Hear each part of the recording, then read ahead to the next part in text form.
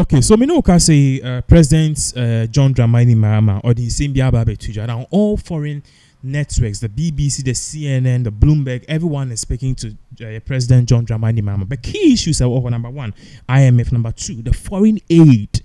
US aid, I mean, can say Marco Rubio, and Marco Rubio, who happens to be the US Secretary of State, or say 83% of the US aid, no, it has been slashed into the gutter, which means that most of the funding in Ghana for from US aid, no, it will cease under President, US President Donald Trump. So Mahama was being queried, said now you don't have US aid, loans you are not really getting.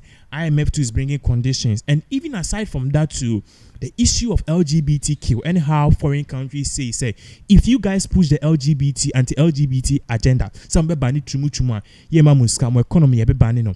Mahama was faced with these tough questions on Bloomberg, and Mahama didn't even shy away because he actually gave it the best. He explained it how, I mean, the best possible will be to my answer. But then there are many people like me, Amman Foka, say he really didn't give any definite thing, because video question, you realize at the point in time, you be saying, say, okay, now that you are a president, when you were in opposition, you were saying that they should pass the anti-LGBT bill. Would you pass it? Mahama to papa. So I share this particular video of how he said this particular issue, and even how potentially he wants to deal with trans ban on the US aid for Ghana and Africa. John Mahama became Ghana's 14th president earlier this year after running on a platform aimed at cracking down on corruption and spurring economic growth. With his term still in its infancy, Mahama must now make navigating a shifting global order one of his main priorities. Well, I think that the world order that came in place after the Second World War has been beneficial to all parties. America has benefited, America has prospered from that world order. And I do think that no country can exist in isolation. Nobody can draw his bridges up and dig a moat around this country. We're interconnected in many ways. America has the right to recalibrate and freeze its international assistance to other countries, but there's always a blowback. One, America loses soft power because USAID is a well-known brand of America and it intervenes in very critical areas. And so if America decides that it doesn't want to intervene in those areas, it is possible that other countries might decide to fill that gap, or we might fill it ourselves like we're trying to do now, adjusting our budgets to fill the gap that America leaves. But it loses the influence that it has exerted over the years. Apart from that, it's not only in those areas. USAID is the biggest supplier of food aid in many places, and they buy this food aid from American farmers. And so if USAID is no longer buying that food to deliver as food aid, then it means that American farmers lose a huge demand that, assisted them in their business. And so there's always a blowback. There are a lot of connectivities, and we'll see how it plays out. The Trump playbook is still playing out. We're all watching what is happening. But as I've always said, disruptions lead to new world orders. And so this is a disruption that is happening. I'm sure that maybe a new world order will be born out of it. Finally, Mr. President, I do want to ask about the anti-LGBTQ legislation that we did see expire in Ghana earlier this year.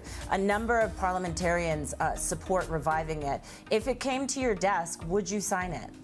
The old bill expired because it was not assented to by the president. There was a legal challenge. Eventually, the legal challenge was dismissed, so it means that the president could assent to it, but it's expired. So the question is hypothetical. It means that it has to go into Parliament again.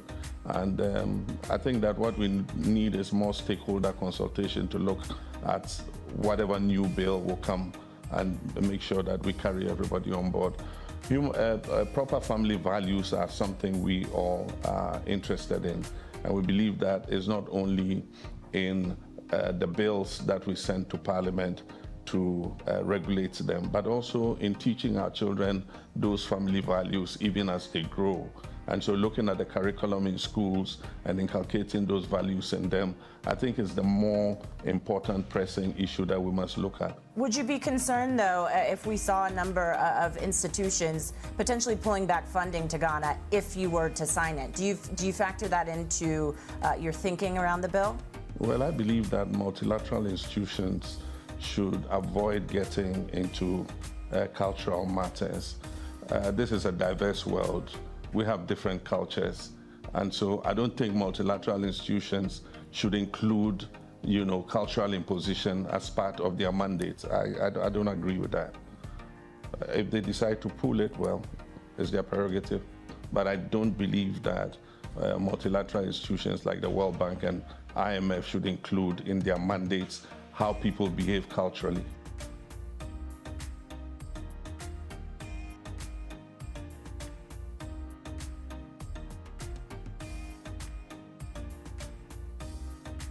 Mahama talking about most especially my concern is with the LGBTQ++, because the way anasankufu opposition kind Ketsi Sam George no mujina sa LGBT asem way, so whether hook or crook and na dear mama na Ekufado has to sign and a dear say you busa so best sign and I say won't sign it. She paragraph ne sentence I wish you dey go on at the end of the day cry him say also be sign and I say one sign. But and what and the shocking thing is nipa no car say one sign and I buy a best of no so abem. Yeah.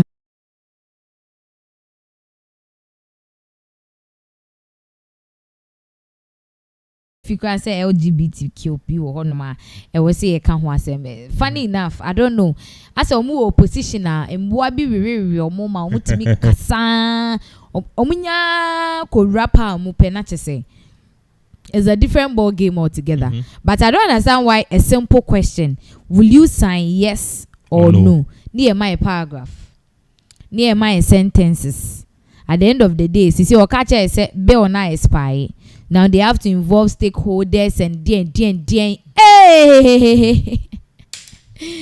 Interesting enough. Do you think this LGBTQ thing will be signed? I took from this was Mahama's imposition and opposition about Trump's cutting of US aid. And he gave a very good analogy. Say US aid, no, they buy it from US farmers. So now it is going to be something. Now it's like a new world order. US doesn't want to really be helping everybody because they have issues on their own. So Trump, Mahama said, perhaps this is going to bore a new world order. And China too is not ready to step in that particular thing. He said they'll be giving money freely because China too wants to be number one. China more growth and more GDP.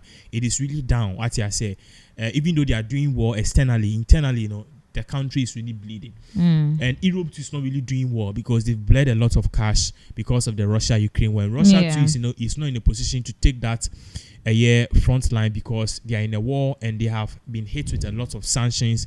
And any country dealing with Russia can face possible US sanctions. So it is a lot of things. Mahama says, the reality is that America for almost so we have to help ourselves. What you said was that the 2025 budget, NDC for they've actually brought out things that is a Ghana we can be self-sufficient, we can help our own self, we can bring in new things. I think these are things actually I think it's a go for help. It go for help. Wow. It go for help. Train no more be kind budget. In the budget in any moment from now they'll be reading it. I'm sure what the budget entails and how they are going to solve this whole US aid from Donald Trump. I catch on those who might be my yate. But quite ben so normal before the boy. That's what we are waiting for. Anyway, you'll be see more updates as all of these various events unfold.